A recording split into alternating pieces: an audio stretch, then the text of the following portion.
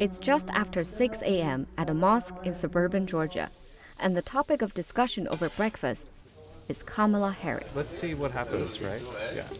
The South Asian community knows that they have a really pivotal role and that their turnout, their engagement, could shift the election one way or another.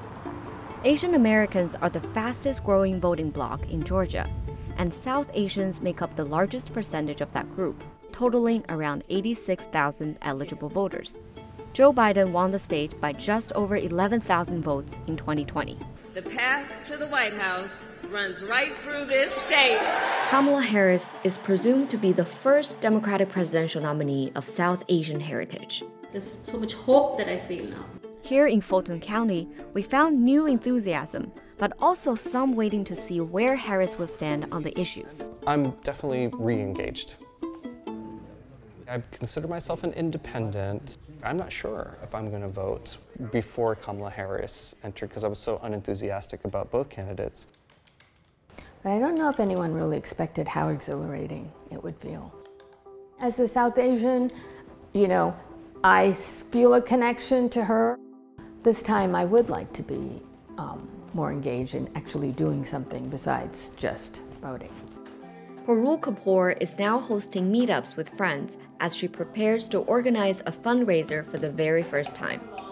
When did you guys hear and what was your reaction when you heard that? She's been a U.S. Senator, now she's been Vice President for 4 years. I mean, that's a pretty impressive resume. But deep inside, I was like, oh, someone who looks like me is going to be the next President of the United States. That's very true. A lot of people, I think, were, like going to vote for someone like Biden regardless because they were scared. Mm-hmm. And it felt very much like you're going to bite the bullet, whereas now people feel energized and actually want to vote.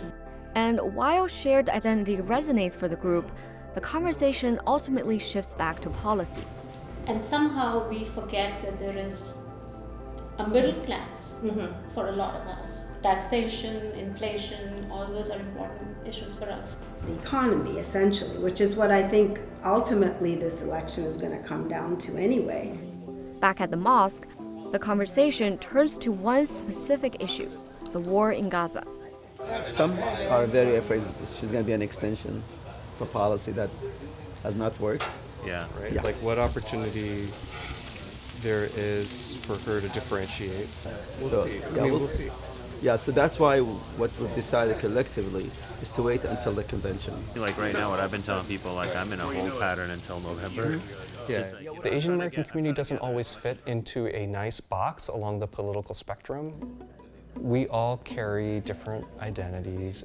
I'm a Muslim American, and how I see the election is kind of, a combination of these different factors. Gaza is still the primary issue that I'm looking to see where Kamala Harris, will differentiate herself from Biden. Asian American voters here decisively chose Biden in 2020, but in the 4 years since, their support for him has declined. These voters could be crucial for Harris to win or lose the state. She has the potential to change the equation of how things are done for the better.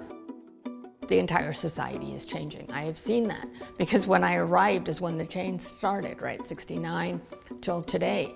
That has been what they call the browning of America, Asians, Indians. It's an open conversation. So I think the Asian American vote, they can be convinced to switch loyalty for candidates and parties.